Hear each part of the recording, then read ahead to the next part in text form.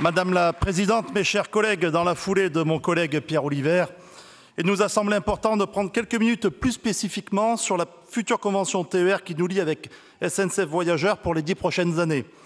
Notre vice-président Frédéric Aguilera l'a dit, nous ne sommes pas satisfaits du service rendu par la SNCF. Les résultats des années 2022 et 2023 ne sont pas à la hauteur de nos attentes, ni du niveau d'exigence que nous avions fixé à la SNCF. Notre ambition n'a pas changé, offrir la meilleure qualité de service aux usagers. Cela passe par plus de trains, d'une plus grande capacité, des trains encore plus confortables, encore plus sûrs et encore plus à l'heure. Ce défi, c'est celui que nous fixons à SNCF Voyageurs à travers cette convention 2024-2033. Pour offrir aux habitants d'Auvergne-Rhône-Alpes un service public de qualité et surtout orienté vers leurs besoins, la région a décidé de revoir les mécanismes d'incitation et surtout de bonus-malus. Nous nous en félicitons. L'expérience de la dernière convention a montré que la SNCF était particulièrement sensible à cet argument pécunier ainsi qu'à celui de l'ouverture à la concurrence.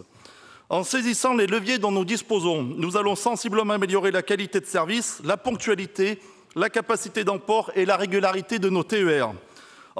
C'est une bonne nouvelle pour nos 220 000 voyageurs quotidiens et une invitation à tous nos habitants à emprunter nos lignes TER pour se déplacer au quotidien demain dans notre région.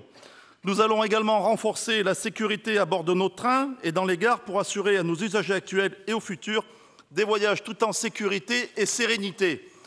Les récents chiffres communiqués par la Direction nationale de la sûreté ferroviaire, attestant une baisse de 31% de la délinquance dans nos gares et TER, j'ai bien dit 31%, plus forte baisse au plan national d'ailleurs, montrent que notre politique porte ses fruits et que nous devons continuer à renforcer les patrouilles et nos actions dans nos trains et dans nos gares.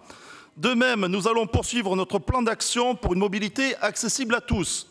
Car oui, au cœur de notre ambition pour renforcer la qualité de service, nous ne souhaitons laisser personne sur le bas-côté. Les personnes à mobilité réduite sont au centre de nos préoccupations dans toutes nos politiques régionales, comme nous l'avons démontré hier lors du vote du 3e volet du plan régional handicap.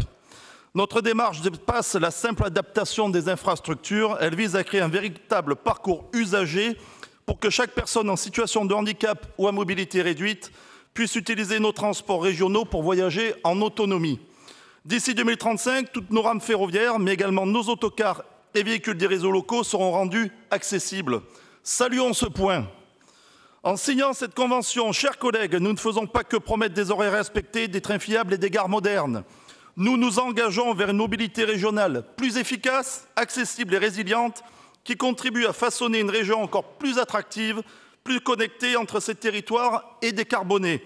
Vous l'avez clairement entendu tout à l'heure par la voix de notre président, nous voulons être la première région de France à atteindre la neutralité carbone, tous secteurs confondus. Cette convention sera l'un des facteurs de réussite.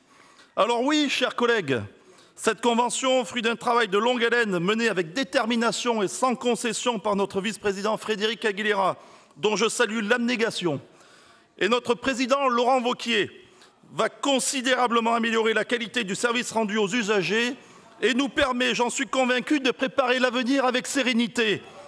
Le groupe Les Républicains, Divers Droites, Société Civile et Apparentés votera en confiance pour la feuille de route mobilité positive fixée à 2035 et pour la convention 2024-2033. Je vous remercie.